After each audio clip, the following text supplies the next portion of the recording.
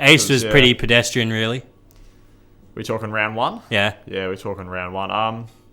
Anything of note from the East series for you, really? Like anything that stood out? We've Hey Siri your phone there. Yeah, Hey Siri. I would say probably the Boston sweep of Philly. I think obviously that cost Brett Brown his job because I felt Joel Embiid was playing really well in the series, but Brett Brown didn't do enough to get him the ball. Because sort of what I predicted, I was sort of like, if Embiid, if they can get him the ball, he can dominate Daniel Tice. He was in position. They just wouldn't find anyone to get him the ball. Josh Richardson struggled late in games, but he had a good series as well. But then they just didn't have enough, and Tatum's just at a whole new level, man. He's averaging 27 and 10 on 48, 45, and 88 splits insane. Through these playoffs. Six wins. But they just couldn't do much about that. Philly just went down. Brett Brown got fired.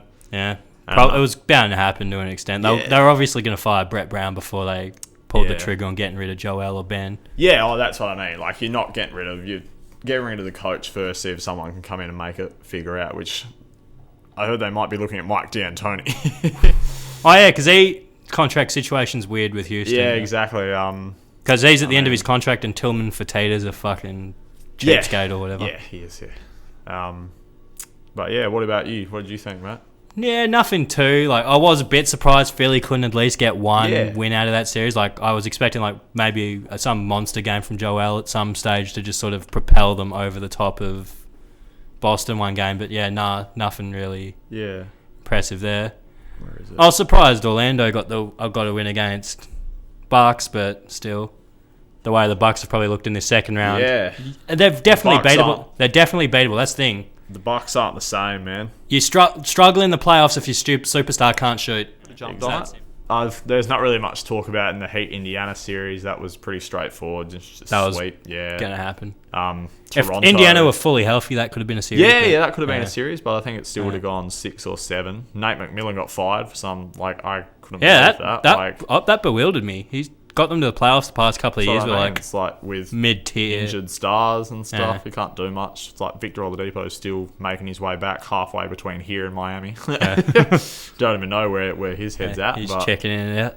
Yeah, DeMontis Sabonis wasn't even playing, and they just went done. TJ Warren, Butler shut him down, mate. But then obviously Toronto, Brooklyn wasn't much there. Yeah, pretty straightforward. Yeah, most of the East first rounders were pretty shit. West was a lot more interesting though, particularly the two middle matchups. Oh yeah, 3-6, 4-5. Yeah, 7 games, mate. Yep. 7 games. The Jamal Donovan duel, that was just. I mean, that's crazy. As a fan, it was incredible. Combined 5 50-point games, something ludicrous like that. I had a double 50. Oh. Yeah, they both had 51 game. Jamal had 3 straight 40 plus. He's the first person to do it since Allen Iverson. Was he? Yeah. Oh, I saw there was some elite company they were in, but those fourth quarters. Yeah. You know they averaged I think Donovan averaged before Game 7. They averaged 19. Donovan averaged 19. No, Jamal averaged 19, and then Donovan averaged 17 in the fourth. The whole series. That's ridiculous. Exactly, man. It was just so incredible watching them go back and forth, trading buckets in close, contested games. They were tough shots as well. Jamal Murray's getting a lot of 45 pick and rolls coming off, and just bang, bang, bang, just clean. And then Donovan Mitchell's just abusing Jokic in the fucking pick and roll. And then just obviously when hitting they try too. when they try and sort of recover on it because they go, we've got to help Jokic out, then bang, step back 3, something like that, or he'll hit up, drive in, kick out, swing it around again, get the matchup you want.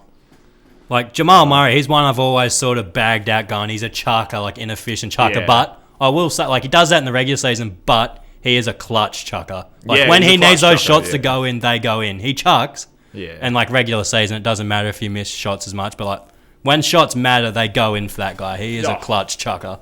Unbelievable. He makes that shit when it matters. Series, but that Clippers Mavericks series. Man, I would have loved to see Kristaps Porzingis healthy for that. I think that could have been an upset. Yeah, definitely. For the similar logic I was saying about Jokic, Porzingis obviously scores entirely differently to how Jokic does. Exactly. But again, there's no one on that Clippers team that can contain Porzingis when he's Oh, that Locked and in. it's a big like, even that series, Doncic coming off the pick and roll.